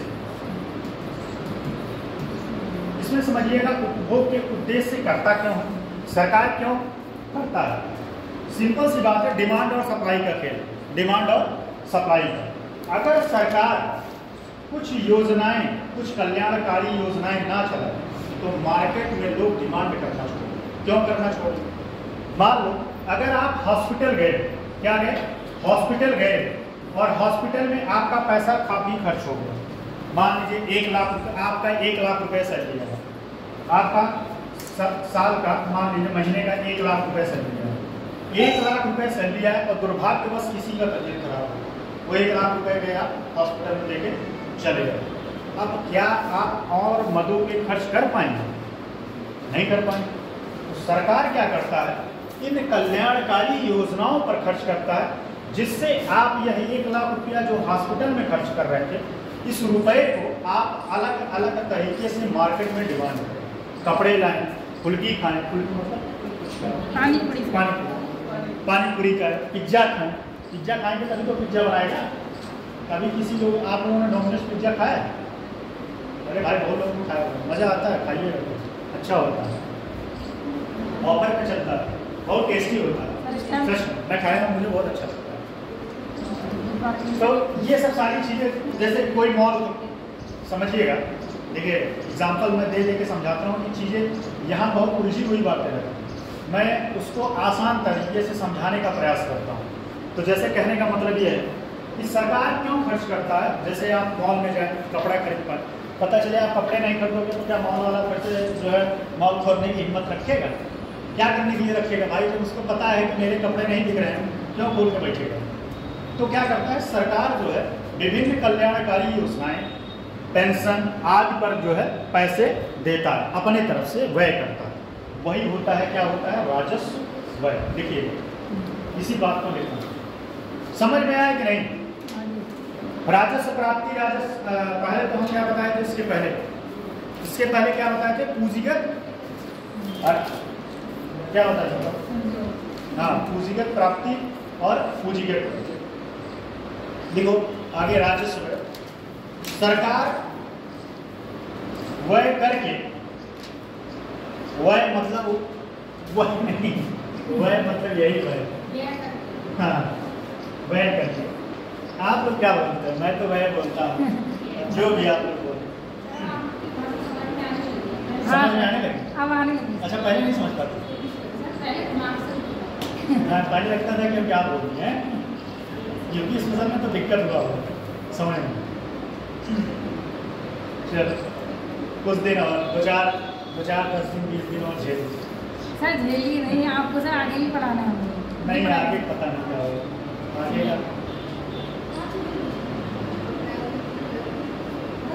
आगे का मेरा कोई ठीक नहीं। चलो लिखो। सर अच्छा नहीं है। राजस्व व्यय सरकार के वैसे व्यय हैं जो किसी सरकार, फिर से सुनिए, सरकार राजस्व व्यय सरकार के वैसे व्यय हैं। राजस्व व्यय नहीं, राजस्व व्यय मैंने बताया। हाँ, ये हेडिंग है, ठीक। उसमें लिखना आपको है राजस्व व्यय सरकार के, उसके अंदर लिखना राजस्व व्यय। क्या गलत मैं बोल दिया था क्या कुछ? नहीं, यही बोले थे भाई। राजस्व व्यय सरकार के वैसे व्यय हैं जो कि उपभोग के उद्देश्य से होते हैं। उपभोग के उद्देश्य होते हैं। इनमें किसी भी संपत्ति का या इनमें या इनसे, दोनों बात लिख सकते हैं, इनमें या इनसे किसी भी संपत्ति का अब मैं आप लोगों से पूछ रहा हूं, क्या इसमें किसी संपत्ति का निर्माण होगा? बताइए, क्या इसमें किसी संपत्ति का निर्माण होगा?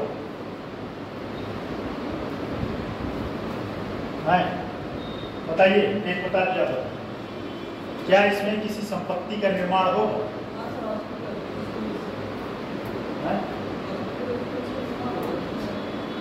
सरकार को उससे कोई लाभ ज्यादा नहीं होगा, निर्माण होगा, लेकिन इसमें लिखिएगा, इसमें किसी संपत्ति का निर्माण नहीं होता है। इसमें किसी संपत्ति का निर्माण नहीं होता है। वो अस्पताल और जो वो मैं बता रहा हूँ वो दूसरा है, वो पूंजीगत व्यय है। अभी वो आएंगे, इसके बाद आएंगे। ये मैं एग्जाम्पल में समझाया था आपको कि सरकार अगर हॉस्पिटल बनाएगा तो आप क्या करेंगे, जो पैसा आप वहाँ खर्च कर रहे थे उस पैसे को कहीं और डिमांड और सप्लाई करेंगे, ना कि आप दोनों को इंटरलिंक कर दे, इधर का उधर हो जाएगा, लोकाचार हो जाएगा। ये सुनिएगा, वो पूंजीगत व्यय में होगा। वो किसमें होगा? पूंजीगत व्यय में होगा। ये राजस्व व्यय, दोनों अलग अलग है, दोनों में अंतर होता है। बात समझ रहे हैं? ये मैं एग्जाम्पल इसलिए समझाया था हॉस्पिटल का लेके कि आप जो पैसा 1 लाख रुपए आपके पास आया और पता चले आप बीमार हो गए, आप ले जाके 1 लाख रुपए डंप कर दिया हॉस्पिटल में, तो और सारी चीजों में आप डिमांड नहीं कर पाएंगे। इसलिए मैं इस एग्जाम्पल को लिया था।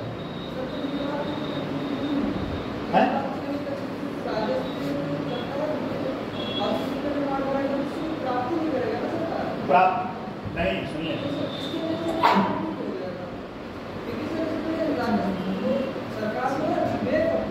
सरकार व्यय करती है।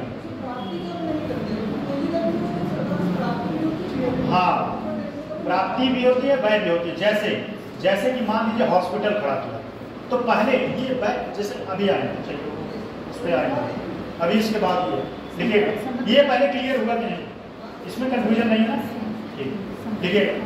अगला पॉइंट सर, इसमें लिखिएगा एक पहला पॉइंट है सरकारी कर्मचारियों को दिए जाने वाले वेतन एवं पेंशन। अब इसमें पॉइंट है, सरकारी कर्मचारी को हो गया, कंप्लीट हुआ कि नहीं? सरकारी कर्मचारियों को दिए जाने वाले सरकारी कर्मचारियों को दिए जाने वाला वेतन एवं पेंशन। अगला पॉइंट है छात्रों को दी जाने वाली छात्रवृत्ति। अच्छा, दूसरे क्लास में भी इतने लोग थे कि कुछ लोग 2-3 लोग तो गए होंगे? एक लोग गया सर, वो सान्या को शादी थी इसलिए। अच्छा। और इतने ही थे खाली। अच्छा, इतने पहली क्लास से? हाँ सर, आज आई नहीं पता नहीं। पहले क्लास में मुझे लगता है 15-16 लोग रहते हैं। नहीं, आज नहीं आए सर, आज नहीं आए। पहले क्लास में कितने लोग रहते हैं? सर कल 20 थे और आज इतने ही आए। एक सिर्फ सर ने गई, वो भी शादी। 20 में मैं जानता हूँ 2-3 लोग जाते हैं, जान क्या कर सकते हैं, किसी को पकड़ के थोड़ी कल बात। सर वो लोग आएंगे छात्रा। सरकारी कर्मचारियों को दिए जाने वाले वेतन एवं पेंशन। दूसरा पॉइंट है छात्रों को दी जाने वाली छात्रवृत्ति। आप लोगों को मिला कि नहीं? मिठाई खिलाएंगे, छात्रवृत्ति मिला? छात्रवृत्ति मिला नहीं? मिला? मिठाई नहीं खिलाया। बच्चे कहे थे कि यार जितना छात्रवृत्ति मिला उतना मिठाई हम आपको खिला दें। कितना मिला होगा? 3-4 हज़ार रुपये मिला होगा। कितना मिलता है? हम तो कभी जीवन में पाए ही नहीं छात्रवृत्ति। हाँ, मुझे तो कभी मिला ही नहीं छात्रवृत्ति। आपको मिला छात्रवृत्ति? आपको मिला है कभी? मुझे भी नहीं मिला कभी। सर मुझे मिला था फ्री फंड एक चीज़ है, फ्री का पैसा खाने में बहुत अच्छा लगता है। फ्री का पैसा जो होता है वो लगता है कि अच्छा लगता है। अगर मान लीजिए कहीं आप, जैसे एग्जाम्पल मैं दे रहा हूँ, कहीं आप रास्ते में जा रहे हैं, अगर आपको एकाएक कहीं 1000 रुपये मिले, लगता है भाई आज तो एकदम पार्टी करना है, हैं? क्या हुआ? मिलता तो नहीं, ये बात सही। लेकिन मुझे जो है बड़ा नुकसान कर देता है। एक बार में 500 रुपये गिरा पाया और मेरा तबीयत खराब हो गया, 3000 रुपये दवा लग गया। 3000 रुपये दवा करवा देंगे हम, इसलिए अब पैसा पाते हैं हम ले जाके किसी मंदिर में डाल देते हैं। भैया वो ठीक है, क्योंकि किसी का पैसा गिरता है तो उसको सोचो कितना दुख होता है ना। और एक बात और बताएं, एक पैसा और मजा आता है। मैं अपने जीवन से थोड़ा बताता हूँ। छोटे थे तो गांव में रहे, उसके बाद में कभी गांव में नहीं रहा।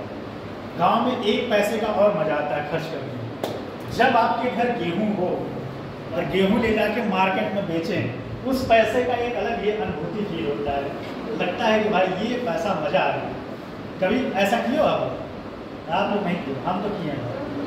हम जब छोटे थे तो हम लोग रहते शुरू से ही बाहर थे, लेकिन मैं जब गाँव जाता था तो मेरे यहाँ जो खेत से अनाज आते थे, मैं लेके जाता था उसको चौराहे पे बेचता था, झोला भर के लेके जाता था साइकिल से, और उससे मिलते थे 100-150 रुपये। उस टाइम 100-150 रुपये बहुत हुआ करता था। और उसको लेने के बाद फिर जाते थे उस दिन चौराहे पे, कोल्ड ड्रिंक पीते थे, इधर उधर खर्च करते थे, सब खत्म हो। उसके बाद एक अलग ही अनुभूति फील होती है। सर आपका गाँव कहाँ है? सर गाँव संतगढ़ी में। तो बड़े होने के बाद, अच्छा मुझे सच बताएं, मुझे आज भी मिले 2-4 बोरा गेहूँ तो मैं बेच दूँ। आज भी मिले तो मैं 2-4 बोरा गेहूँ बेच दूँ। उसका पैसा कुछ अलग ही फील होता है। अच्छा लगता है। ऐसे लगता है कि फ्री में पैसा आ गया। चलो, छात्रवृत्ति को छात्रों को दी जाने वाली छात्रवृत्ति। अगला है परिधान पर खर्च होने वाला व्यय। परिधान पर खर्च मतलब विभिन्न मतों पर खर्च होने वाले व्यय। राज्यों को दिया जाने वाला अनुदान। राज्यों को दिया जाने वाला अनुदान, और जिसको लेके खूब विवाद रहता है। बिहार अभी हाल ही में 15,000 करोड़ रुपए पिछली बार किसको दिया गया था? आंध्र प्रदेश को दिया गया। तो राज्यों को दिया जाने वाला अनुदान, कल्याणकारी योजनाओं को होने वाला व्यय। राज्यों को दिया जाने वाला अनुदान, कल्याणकारी योजनाओं में होने वाले व्यय, कानून व्यवस्था में होने वाला व्यय, कल्याणकारी योजनाओं में होने वाला व्यय, कानून व्यवस्था में होने वाला व्यय, आपदा प्रबंधन में होने वाला व्यय, आपदा प्रबंधन में होने वाला व्यय। ये सब क्या होते हैं?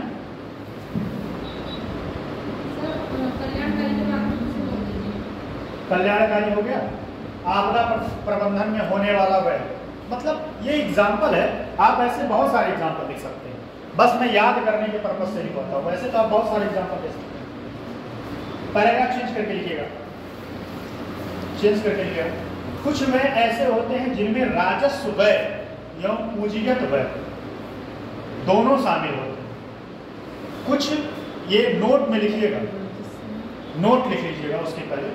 कुछ व्यय ऐसे होते हैं जिनमें राजस्व व्यय और राजस्व व्यय एवं पूंजीगत व्यय, राजस्व व्यय एवं पूंजीगत व्यय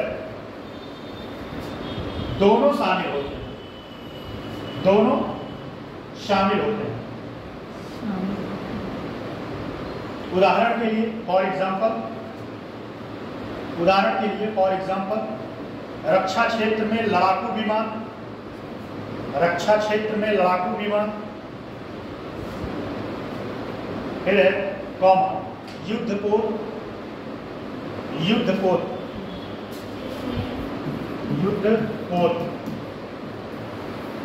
युद्धपोत, टैंक इत्यादि, टैंक इत्यादि की खरीद, टैंक इत्यादि की खरीदारी, टैंक इत्यादि की खरीदारी पूंजीगत व्यय में, टैंक इत्यादि की खरीदारी पूंजीगत व्यय में सम्मिलित किए जाते हैं, पूंजीगत व्यय में सम्मिलित किए जाएंगे, सम्मिलित किए जाएंगे। ठीक, चलिए तो ये आपका हो चुका। अब अगला आता है पूंजीगत व्यय, कैपिटल एक्सपेंडिचर, पूंजीगत व्यय, पूंजीगत व्यय। अब है पूंजीगत व्यय। देखो पूंजीगत व्यय ऐसे होते हैं जिसपे सरकार पैसा तो खर्च करता है लेकिन उसका रिटर्न तत्काल नहीं होता, दूर मतलब दीर्घकाली आने वाले समय में उसका रिटर्न मिलने की संभावना है। मतलब पूंजियों पर या कह सकते हैं संपत्ति पे खर्च किया जाता है। जैसे हॉस्पिटल, क्या हो गया, हॉस्पिटल हो गया, सड़क हो गया, सड़क हो गया, पुल हो गया, पुल हो गया, ठीक है, ब्रिज हो गया, पुल हो गया या फ्लाईओवर हो गया। ये सब सारी चीजें क्या होती हैं, इन सब चीजों पे जो खर्च किया जाता है, इन सब चीजों पे जो खर्च किया जाता है वह क्या होता है, पूंजीगत व्यय होता है, पूंजीगत व्यय होता है। लेकिन आप एक चीज ध्यान दीजिएगा, सरकार जब सड़क बनवाती है, सड़क के लिए जब पैसा खर्च करती है पहले, तो तत्काल उसको पैसा तो मिलता नहीं, तत्काल से रिटर्न तो मिल नहीं जाता। रिटर्न जब लेकिन मिलना शुरू होता है तो जितना खर्च की रहती है उसके कई गुना रिटर्न मिलता है। क्या मिलता है, कई गुना रिटर्न मिलता है। जैसे हॉस्पिटल है, ठीक है, हॉस्पिटल पे तो बहुत सारे जो है सरकार को रिटर्न नहीं मिलता, कहीं ना कहीं सरकार अपने जेब से ही खर्च करता है, लेकिन उसका फायदा इनडायरेक्टली होता है। अगर आप लिंक कर पाए तो सरकार को कैसे फायदा होता है, जैसे मानिए अगर कोई व्यक्ति, मैं वहीं फिर से आ रहा हूँ, कोई व्यक्ति अगर मान लो 1 लाख रुपया उसकी सैलरी है, 1 लाख रुपया क्या है, सैलरी, और 1 लाख रुपया सैलरी है, उसने पहले हर महीने अपना विभिन्न खर्चों पर उसने प्लानिंग कर चुका है कि मुझे शिक्षा पे कितना देना है, शिक्षा पे कितना देना है, ठीक है, बाजार में कितना खर्च करना है।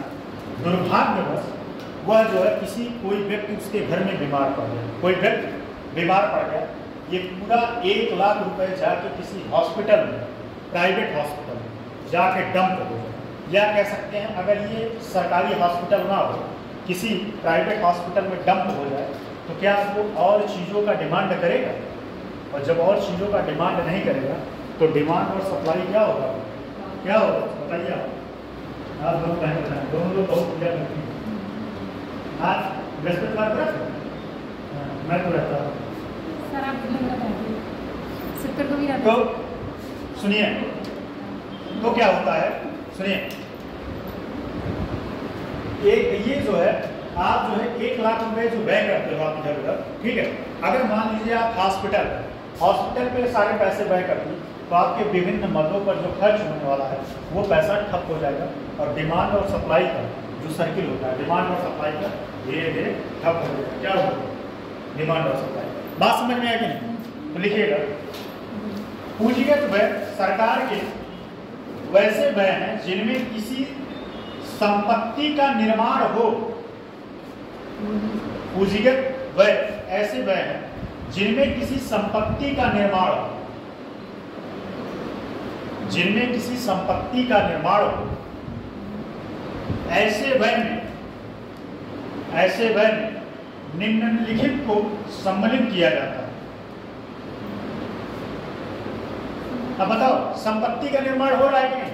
हॉस्पिटल हुआ, फिर उसके बाद क्या हो गया? स्कूल हो गया, ठीक है, स्कूल कॉलेज, तो इन सबसे संपत्ति का निर्माण हो रहा है कि नहीं? अगर मान लो सरकारी स्कूल खोलता है तो ये संपत्ति का निर्माण हुआ कि नहीं? हॉस्पिटल खोलता है तो संपत्ति का निर्माण हुआ कि नहीं? आने वाले समय में मान लो क्या करेगा?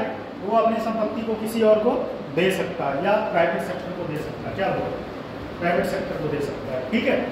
तो लिखिएगा, इसमें पहला पॉइंट लिखिएगा, बुनियादी निर्माण जैसे, बुनियादी निर्माण जैसे, अच्छा मैंने पढ़ाया था इंफ्रास्ट्रक्चर, बुनियादी निर्माण में कौन कौन शामिल होगा? बताओ जरा, जल्दी बताओ, कौन बताएगा? आप बताइए। यूपी स्पेशल में पढ़ाया था, बुनियादी निर्माण में क्या क्या है? बुनियादी निर्माण, आप बताइए। अच्छा एक चीज़ और मुझे याद आया यूपी स्पेशल से, मैंने एक भी क्वेश्चन नहीं दिया और आप लोगों ने एक भी क्वेश्चन लिख के दिखाया इकोनॉमिक्स देता हूँ। हाँ देता हूँ टॉपिक जो मैंने सर आपने कहा ऑब्जेक्टिव देंगे, ऑब्जेक्टिव देंगे और डिस्क्रिप्टिव दोनों। बताइए बुनियादी ढांचा क्या क्या है? हाँ सही, बिजली, बहुत सही, सड़क आ जाएगा, ये सब सारी चीज़ें क्या है? बुनियादी ढांचा। तो लिखिएगा, बुनियादी निर्माण जैसे सड़क, बांध, एयरपोर्ट, सड़क, बांध, एयरपोर्ट, सड़क, बांध, एयरपोर्ट, ये सब पहले आके बैठ जाते हैं, इतना नीट वाला। सड़क निर्माण, एयरपोर्ट इत्यादि का निर्माण। अगला है सामाजिक बुनियादी निर्माण। सामाजिक बुनियादी निर्माण क्या क्या होगा? विद्यालय, अस्पताल, शौचालय, सामाजिक बुनियादी निर्माण। सामाजिक बुनियादी निर्माण पहले तो हो गया बुनियादी हो गया, फिर उसके बाद सामाजिक बुनियादी। सामाजिक बुनियादी में कौन सा है? सामाजिक बुनियादी में क्या क्या आ जाएगा? आपका आएगा विद्यालय आएगा, फिर उसके बाद शौचालय आएगा, और क्या आएगा? अस्पताल आएगा, और इत्यादि। अब इसमें हम बहुत सारी चीज़ आ सकते हैं, जैसे वृद्धाश्रम भी आ जाएगा, इसमें समाज है, अनाथालय आ जाएगा। तो ये सब क्या है? अगला पॉइंट लिखिएगा, सांस्कृतिक बुनियादी निर्माण। सांस्कृतिक बुनियादी निर्माण में जैसे सांस्कृतिक बुनियादी निर्माण है पुस्तकालय, जैसे सरकार की एक योजना है कि हर ग्राम सभा में एक लाइब्रेरी। आप लोगों को क्या कहीं बना? सरकार की योजना शुरू हो गई, सरकार हर ग्राम सभा में जो है एक लाइब्रेरी बनाएगी। क्या है? देखिएगा, सांस्कृतिक बुनियादी में पुस्तकालय, संग्रहालय, म्यूजियम जिसको बोलते हैं, संग्रहालय, थिएटर इत्यादि का निर्माण। थिएटर इत्यादि का निर्माण, ठीक। थिएटर मतलब सिनेमा हॉल, जहाँ पे आप लोग जाके सिकंदर मूवी देखे होंगे, या फिर अभी और कौन सी मूवी आई थी? अरे जाट मूवी कितने लोगों ने देखा? ये 2.5 किलो का हाथ तो उत्तर भारत वाले देखे हैं, अब दक्षिण भारत वालों को देखना है। आपने देखा? मूवी भी देखा करिए, जीवन में टेंशन कम होता है। चलिए, हो गया कुछ की? अरे 6 मिनट 2-3 लाइन और लिख लो बस। आप 2-3 लाइन लिख लो, थक जाता है, समझ लो। तपस्या है, ये तपस्या एक दिन आपको कुर्सी पे बैठाएगा, टेंशन मत लो। ये तपस्या ही है जो एक दिन आपको सार्थक बन के, आपके सालों का मेहनत, सालों के ताने माने, आपको एक दिन सफल बनाएगा। भरोसा रखो, जब सिलेक्शन हो जाएगा मुझे बताओगे, नहीं मिठाई खिलाएंगे हैं? नंबर मेरा है कि नहीं?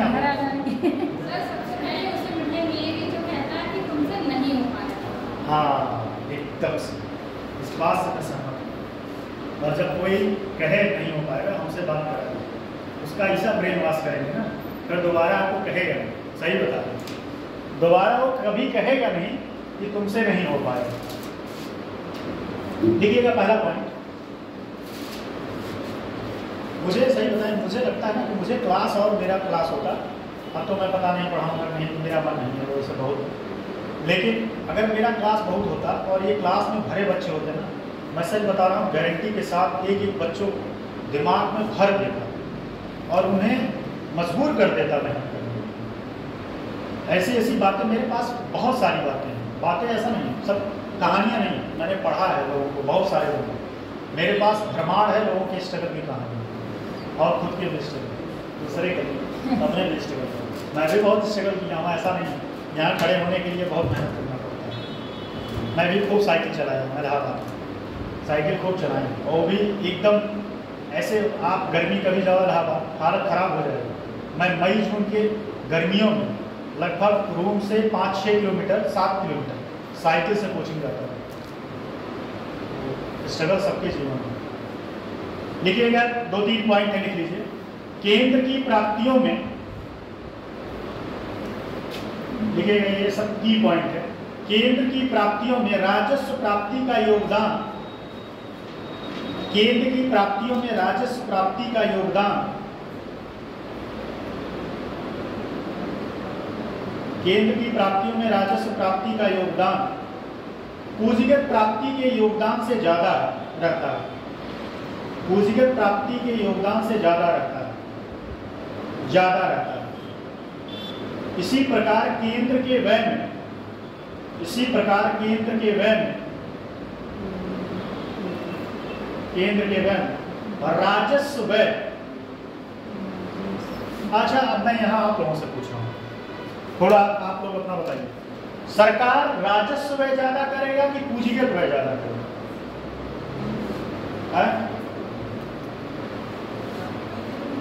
नहीं, राजस्व व्यय ज्यादा करेगा। देखिए केंद्र के, इसी प्रकार केंद्र के व्यय में राजस्व व्यय पूंजीगत व्यय से ज्यादा रहता है। राजस्व व्यय पूंजीगत व्यय से ज्यादा रहता है, ठीक है। तो ये आपका हो चुका, ठीक है। एक पॉइंट और समझ लीजिए, जितना आप समझे हैं उसी का ये चाचा है, उसी के मतलब ये नाती पोते हैं, बस इसमें आपको समझना कुछ नहीं। देखो, एक होता है राजकोषीय घाटा, राजकोषीय घाटा, राजकोषीय घाटा। आप लोग देखते होंगे जब बजट आता है तो सरकार बताता है कि हमारा राजकोषीय घाटा इतना है उतना है। राजकोषीय घाटा होता क्या है, कौन बता सकता है? राजकोषीय घाटा जो अभी पीछे पढ़ाए हैं उसी वही है राजकोषीय घाटा। देखो, सरकार, राजकोषीय घाटा क्या होता है? अगर सरकार जो दे रहा है, सरकार जो व्यय कर रहा है, अगर उसके व्यय से इनकम कम हो रहा है, इनकम कम हो रहा है तो राजस्व घाटा। मतलब समझिएगा, आपने अगर किसी को 100 रुपए खर्च किया, 100 रुपए आपने 1000 रुपए किसी मद पर खर्च किए और बदले में आपको सिर्फ 90 रुपए मिल रहा है, बदले में 90 रुपए मिल रहा है, तो ये क्या होता है? राजकोषीय घाटा। इतना सा पॉइंट है, मतलब आपका खर्च जितना कर रहे हैं उससे ज्यादा आपका इनकम होना चाहिए। अगर आपका इनकम कम हो रहा है, खर्च ज्यादा हो रहा है, तो आप क्या है? घाटे में। राजकोषीय घाटा ये मतलब अगर आपका राजस्व है ज्यादा है और राजस्व प्राप्ति कम है तो आप क्या है? घाटे में, राजस्व घाटे में। अगर राजस्व प्राप्ति ज्यादा है और राजस्व घाटा व्यय कम है तो आप फायदे में। बात समझ में आएगी? तो इसको लिखना चाहेंगे कि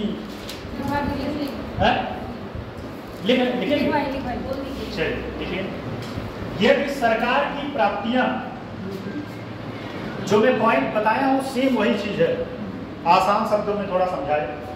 सरकार की प्राप्तियां सरकार के व्यय से कम है, यदि सरकार की प्राप्तियां सरकार के व्यय से कम है, सरकार की प्राप्तियां सरकार के व्यय मतलब खर्च से कम है, तो कहा जा सकता है कि सरकार घाटे में।